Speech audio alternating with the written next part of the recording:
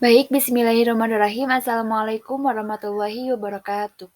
Saya Salafira dengan NIM 1216186 dari kelas 2B offline. Izinkan saya untuk sedikit menjelaskan tentang uji Wilcoxon, kemudian bagaimana menggunakan metode SPSS. Sebelumnya, uji Wilcoxon ini adalah termasuk statistik dan parametrik. Nah, fungsinya itu untuk menguji perbedaan dua sampel berpasangan.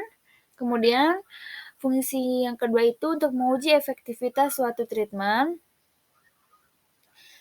Jadi, seperti perlakuan yang dilakukan 2 kali pengamatan pada subjek yang sama dengan mengamati sebelum perlakuan dan sesudah perlakuan. Nah, perlakuannya itu efektif atau tidak, seperti itu. Nah, kemudian untuk fungsi yang selanjutnya adalah alternatif dari uji Peirce t-test jika uji normalitas tidak dapat dipenuhi. Nah, untuk spesifikasinya, data observasi berskala ukur sekurang-kurangnya interval. Kemudian, asal populasinya itu sama. Selanjutnya, memperhatikan arah perbedaan dan nilai relatif perbedaan dari dua keadaan atau perlakuan. Bisa kita lihat ya, di sini ada contoh kasusnya. Seorang peneliti di bidang marketing melakukan penelitian dengan tujuan untuk menguji perbedaan penjualan sebelum dan sesudah perusahaan memasang iklan di surat kabar rakyat pos. Untuk keperluan tersebut, diambil sampel secara acak sebanyak 30 perusahaan.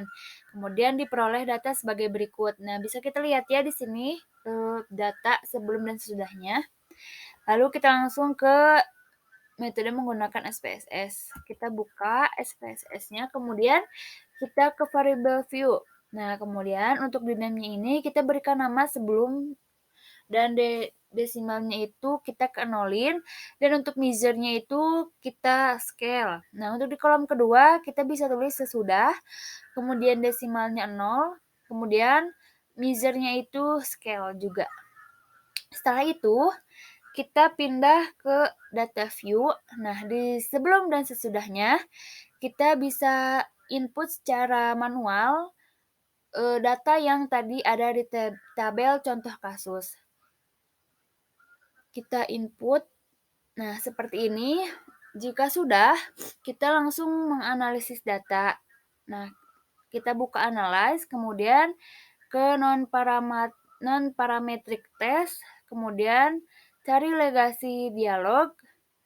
Jika sudah, kalian buka di sini, kita buka dua related sample. Nah, akan muncul seperti ini. Kemudian yang sebelum dan sesudahnya kita kontrol, kemudian pindahkan ke kanan. Nah, di sini tipe tesnya itu Wilcoxon, kemudian oke.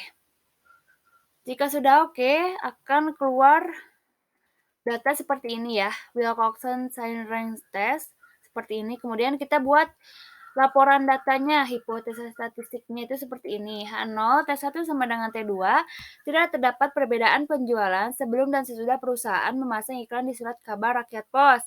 Nah, H1-nya itu T1 sama dengan garis miring T2, yaitu tidak terdapat perbedaan penjualan sebelum dan sesudah perusahaan memasang iklan di surat kabar rakyat pos. Untuk statistik yang ujinya itu Z hitung sama dengan minus 3,026, P value-nya itu sama dengan 0,002. Untuk kriteria uji, tolak H0 jika nilai mutlak Z hitung sama dengan lebih besar Z alpha. Nah, kemudian diterima dalam hal lainnya atau P value-nya itu lebih kecil dari alpha. Nah, berdasarkan hasil SPSS kita dapat peroleh nilai mutlak Z hitungnya itu minus 3,026. Nah, dengan alpanya itu 0,05 diperoleh nilai Z tabelnya itu 1,64. Nah, dari tabel distribusi normal baku. Jadi, nilai mutlak Z hitung itu sama dengan 3,025 lebih besar Z tabel 1,64 atau P value 0,002 lebih besar alpanya dari 0,05.